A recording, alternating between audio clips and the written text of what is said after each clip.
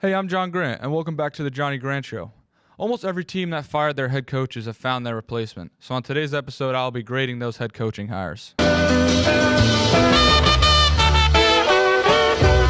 The reason I had to say almost every team found their replacement is because of one team, and that is the New Orleans Saints. Joe Brady and Mike McCarthy pulled themselves out of the running. Their offensive coordinator, Clint Kubiak, went over to Seattle to be their new offensive coordinator. They interviewed Kellen Moore and Mike Kafka, but both of those options are far from great and would be one and done in my opinion. The Saints are in a bad spot here like usual. They've been in the negative in cap space for what feels like a decade. Most of all the head coaching options didn't want to go there because New Orleans is just not a desirable place for any coach to go to.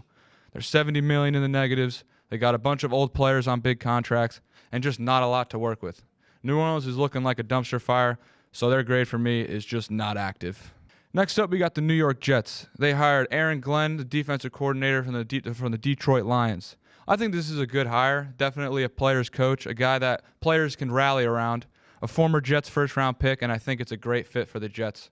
A good leader, and I think he can definitely change the culture around there. It will be interesting to see what they decide to do at quarterback, and when the offseason opened up, I immediately linked Aaron Glenn to the Jets, so this hire gets an A- for me. Next up, we got the New England Patriots. They hired Mike Vrabel, who was the head coach of the Tennessee Titans and spent last season as a consultant on the Cleveland Browns. Vrabel's already a proven winner, and he should have never been fired from the Titans. He's a former Patriot. The organization already loves him, and he's a great leader.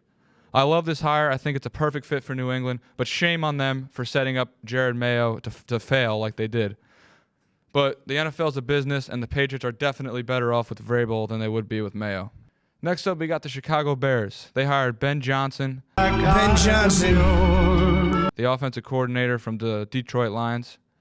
He's a flashy play caller, the biggest name out of all the hires, and Caleb Williams made it real clear that Johnson was the guy that he wanted. I think Johnson and Williams could very well be the next big head coach and quarterback duo. Ben also could have been a coach last year, but he waited for the perfect fit, and I think he found that in Chicago. This also gets an A for me.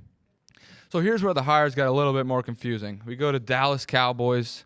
They hired Brian Schottenheimer, their in-house offensive coordinator.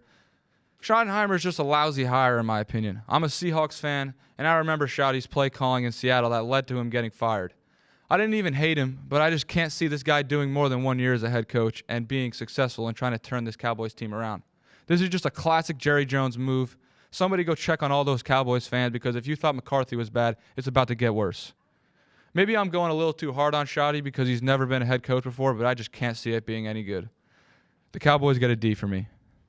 Next up, we got the Las Vegas Raiders hiring Pete Carroll, former head coach of my Seattle Seahawks. It makes me sad to see Carroll coaching another team.